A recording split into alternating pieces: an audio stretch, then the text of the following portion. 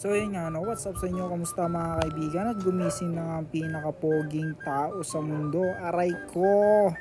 And for today's video nga, ipapakita ko sa inyo kung paano ako mag-prepare papunta sa aking trabaho. Dahil nga papasok na naman ang tagapagmana ng kumpanya. Joke lang po. Ganito ang ating ginagawa araw-araw bago tayo pumasok sa ating trabaho. Ayusin yung mga gamit at syempre magbasa ng konti. Ayan o. Kunwari nagbabasa para kahit pa paano naman mukhang productive ang araw. Kahit ang totoo binabuklat niya lang yung libro. Kailangan natin makapagbasa ng konti para sa ating mga word of wisdom. Word of wisdom? And before anything else nga po, ito magluluto muna tayo ng ating uulamin, ating babaunin, at ating ulam ay meatloaf. At habang nagluluto nga ako, may nakita akong natirang kanin kagabi, kaya balak kong ikirog ito.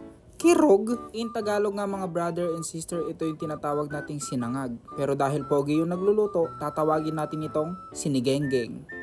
At nag-umpisa na nga tayo maghanap ng bawang at sibuyas. Ayan, maggagalit na tayo para kahit papano naman may lasa yung siningenggeng natin. At kita nyo naman habang nagagalit ako ng sibuyas medyo naluluha-luha ako. Di ko alam kung dahil ba ito sa sibuyas o dahil di niya na ako nilalambing. So yun na nga, at hindi ko alam kung saan ang uunahin ko, kaya pinagsabay ko ng dalawas, bawang at sibuyas. Kita mo nga naman. At pagkatapos nga nating ginisay, ilalagay na natin ang ating malakasang kanin. At syempre habang inahalo natin to, dapat lagyan natin ng konting pagmamahal at konting betchin. O kita mo nga naman, kala mo naman talaga chef boy negro. At yun na nga, tapos na tayong maligo at kita mo nga naman may kamukha talagang artista pero hindi natin masabi. Sino nga ba? Yun o, Joshua Garcia. At syempre para mas pumogi pa tayo, hanapin natin yung sombrero de guapo. Ayan, susuot na natin, talaga naman, napaka-pogi. At syempre hindi mawawala ang ating pamalakasang salamin. Shit, nasan aking salamin? Damn. At bigla ko naalala, nandito tayo ngayon sa Walter kasi hahanap tayo ng cutter. Yun, nawawala yung cutter natin kasi kaya bibili muna tayo ng pamalakasan nating cutter.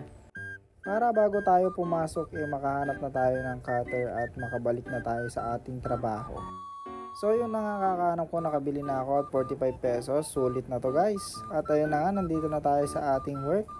Di ko sasabihin kung saan ako nagtatrabaho kasi bawal. At dito lang tayo sa labas pwede mag-vlog, kaya pagpasensyahan nyo na kung bakit nandito lang tayo sa labas at hindi pa tayo pwede mag-vlog sa loob.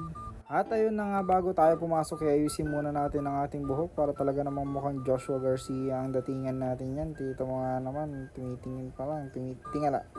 Ay, pogi. So yun na nga, naglalakad na tayo papasok sa tagapagmana ng kumpanya. Joke lang, papasok na tayo. At yun na nga, dahil bawal mag-vlog sa loob, babay muna. At syempre hindi mawawala ang kainan. Hindi yung kainan na iniisip nyo Kakain tayo dito sa pamalakasang parisan ni Rostom TV. Dito lang yan sa Abogado, Paniki, Tarlac. O kita mo nga naman, ganda ng ambience at karami din kumakain.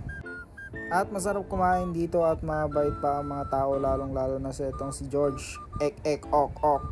At bago nga tayo kumain nagbayad muna tayo ng ating bills para kahit papaano naman hindi natin makalimutan. Baka mamaya sa sobrang sarap makalimutan nating magbayad. So yun na nga, in-order namin ni chicken teriyaki at chicken buffalo. Hindi lang pares ang sinaserve nila dito, meron din silang mga silog. At dahil nga sahod natin for today's video nilibre naman natin si Commander Tap na madikumotong aray ko. So yun na nga, reward na rin natin to sa ating sarili kasi nga diba hindi naman tayo araw-araw kumakain ng masarap. At try niya naman daw mag-vlog, ayan o diba, antaba naman ang bebe na yan. So yun lang na ang ating vlog for today's video at maraming salamat sa panonood. It's your boy JL Narciso, lagi nagsasabing mata sa itaas, paa sa lupa. Bye bye.